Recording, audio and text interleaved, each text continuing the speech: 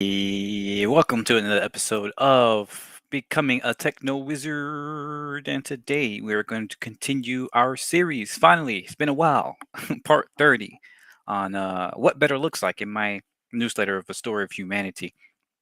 Super excited to get back into this. I know it's been a while. Check out my podcast. I've been updating that more regularly. But yeah, we'll jump right into it because unfortunately, I have a lot to do today. I have to go soon. But we're gonna. Last time we talked about democracy, the problems with democracy, and why we should ban countries and borders, and why scale is actually the main problem as to why democracy falls apart. So here I'm going to get into about what better looks like. So get some thoughts on what we can be doing instead.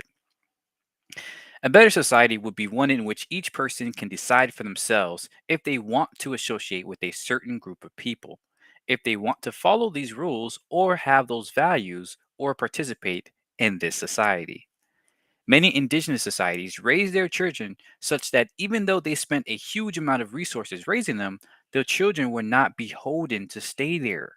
They could easily leave. In fact, they were often encouraged to leave the tribe, right, and go find another tribe or create their own or whatever.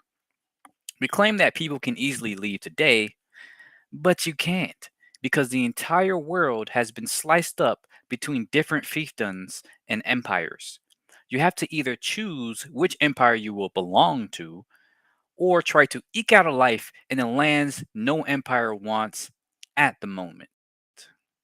This is why the whole if you don't like it, then leave argument doesn't work because the world is riddled with parasites that we call nations. We have to rid ourselves of these parasites if we actually want to live in a better world where people have real options.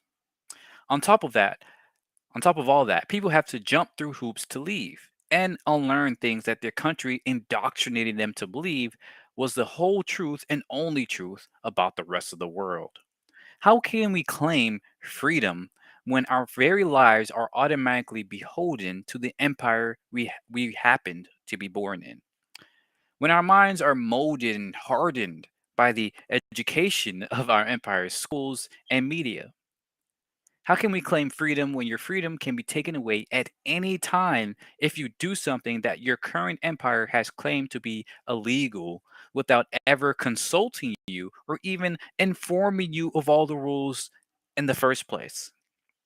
How can we claim freedom when your livelihood is dependent upon how well you work for someone else or get someone else to work for you?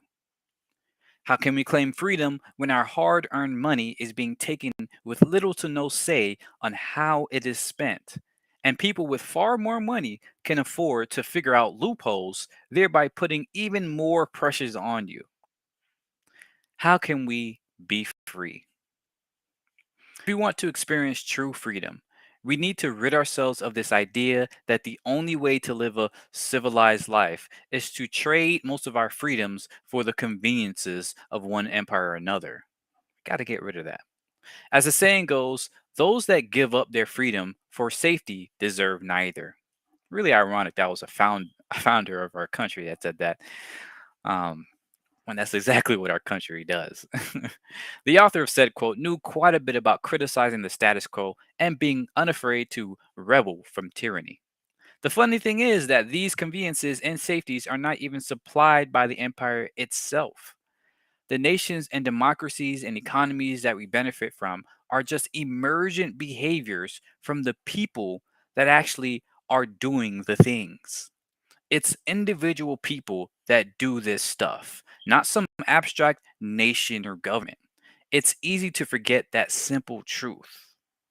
With that, what that means is that if we want to have a life where we can get the food, services, and other resources we want, then we need to realize that we don't need some nebulous, immaterial nation or government to do so.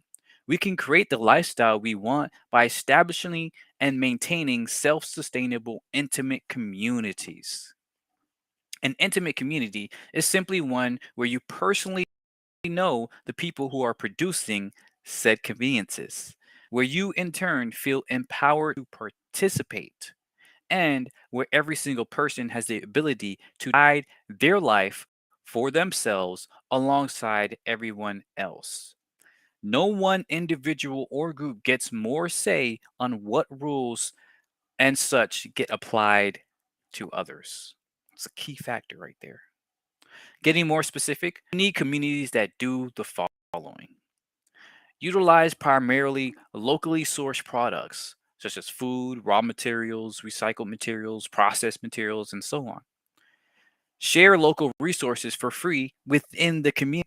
The food grown locally is given right back to the people who helped grow it, free of charge. Trade only based on what is needed and not needed, or via gift giving ceremonies, not what can be resold at a profit at one's own community to one's own community or others. Ensure all knowledge, information, education, and so on is easily accessible by any and everyone, as well as applicable to real life projects. Prioritize walkability in urban planning, as well as a diverse and somewhat dense population. Utilize generative and sustainable technologies that enhance and empower nature rather than exploit and pollute. This includes humanity as sentient forms of nature. So that includes exploiting and polluting ourselves, like our own minds, our own bodies, and things like that. It's not just the outside environment, it's the inside environment. Provide all housing and other infrastructures for the community free of cost or in exchange for participating in their construction and planning. Cooperate with other communities to create larger infrastructure, such as high speed rail or VTOL networks, vertical takeoff and landing networks, and satellite uplink or fiber optic, or even bioengineered internet, like the Maya Cellular Network, and any other lifestyle projects, solar punk lifestyle projects. So I'm gonna end it there. But yeah, just to recap, like I think there's a great video by It Could Be Said. I'll link it in the description where he's talking about how we have this imaginary freedom and imaginary capitalism, right? We say we're free, but there's so many things that we can't do. Like we've literally given up our freedom in exchange for the security. And really we didn't really give it up, right? Most of us don't actually choose to give up our freedom. We're just born in this relationship, in this system where our freedoms are already given by default without our say in exchange for these conveniences and this safety and this security and all this other stuff that often is not communicated to us, is not consented. Like we don't give consent to get these things or to have these things taken from us. We're not informed. We have no idea what's going on. And we're just indoctrinated to believe that what we're given is what's good for us. We're just, you know, raised to believe that yes, this is what freedom is, this is what you should be doing to be part of this society. You should be grateful for where you live, right? Because if not, you would be poor and or whatever. And that completely ignores the fact that it's this system in the first place that destroyed those other people's lifestyles and is destroying our own lifestyle. It's destroying our own health, our mental health, our physical health, our psychological health, and so on and so forth. It really is sad and tragic and just terrible in all regards. um something else I wanted to touch on here is like this point about densification, or about having a somewhat dense neighborhood, right? Um, this is really important because we think that, and you see this today with a lot of, or really in the past couple decades, where communities that try to develop their own thing will go and isolate themselves, right? Will form a commune that's separate from everybody else, and they call that, oh yeah, this is where we're living our life. But humans are inherently social, right? If you segregate yourself, your little community, your little family group or whatever, from the wider community, that defeats the whole purpose of being human, right? We have to figure out how to create these networks between different communities, you know, that can work with others, and we know that works because that's worked for the 150,000 years, 100 and really 90,000 years in which we were hunter gatherer foraging cultures. right? It was only until we started creating this agriculture and started having this idea that we can own the land and we can own this, that we started to, have this competitive zero sum game type of experience. But in reality, I really can be more cooperative. If we look at nature, we see many examples of this. Trees, for instance, they use a huge amount of resources. There are trillions of trees, many different species of trees, but they're able to form these amazing symbiotic relationships with each other and with other species in their environment. So much so that they are keystones of the environment. They are key factors. Without trees, most of life would exist, maybe any life, all right, on land at least. And so why can't we be like that? Why can't we be like trees, right? Where we can take stuff from the environment, but we also give stuff back, right? We can create networks with each other, but we also can create networks with other species, right? We can be different, but we can still work with one another and collaborate and all this other stuff. So, yeah, I think we can be doing a lot better than where we are right now.